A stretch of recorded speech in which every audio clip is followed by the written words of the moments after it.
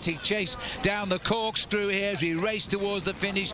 We descend for 5.7 kilometers. Little kicker as we go into the finish, and then it's across the line.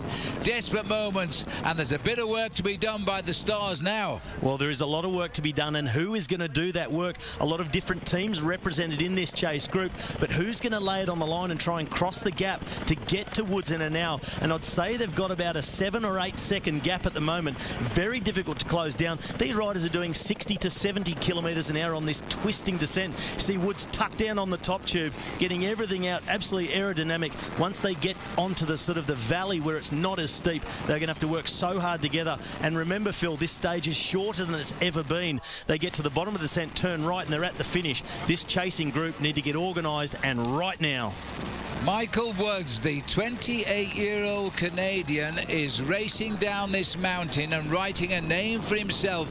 His first year on a World Tour team. He's raced in the States for the smaller teams around the world. He's going big this time. That is Simon Gerrans leading the charge down, wearing number 11. It's the Canadian who is now prepared. He'll feel the terrain has gone a little bit better on his side now as he pulls the climber Aino down. 4 kilometres to go. Well, back in the chasing group, Phil, Richie Porter just swung off the front. Simon Gerrans went through, taking his responsibility for the chase. But look at it now. He's smashing it out like he's sprinting for the line already at 4 kilometres to go. They're trying to stay out of sight of that chasing group, not give them any motivation to come out and grab them. Starting to look at each other a little bit now. Is it possible that Richie Porte, along with Rowan Dennis and Gerrans, are closing this gap down? Well, this is the biggest moment in the life of Michael Woods. Now, Enna wants time because the advantage would be up the climb of the old Wollonga Hill for him. But right now, Robbie, just look at the speed. Raphael Valls is on the front, number 45. Now we've got Richie Porte. Just behind him, Rowan Dennis. They're far from out of this. Simon Gerrans, the ochre jersey, is still in this, and he's going to chase everything. Gerrans goes across as well.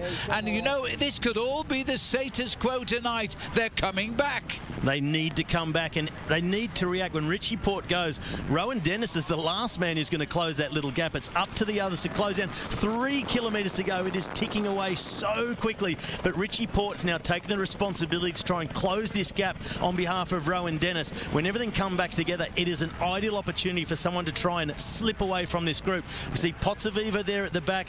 Raphael Valls from Team Lotto, number 45. But Porte just keeps going and keeps going, holding that pace high. But it's Michael Woods who closes that gap down. And it looks like at the moment they're all going to stick together for a final sprint to the line.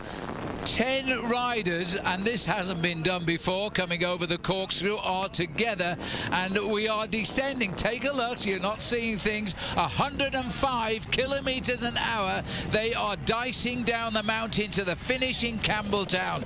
There's never been an attack over the Corkscrew like this one before. Well, Phil, sitting at the back of the group, there was Ruben Fernandez from the Movistar team, so well represented. An attack now from number 111, Steve Morabito, a former BMC rider. The Swissman from FDJ gone on the attack. Rowan Dennis straight with him in the wheel. Got a good little gap. This is very dangerous territory now, Phil. Any little split could mean the overall win. Rowan Dennis realises they're not straight in the wheel. He goes on with it. He's a time trialist. Going to be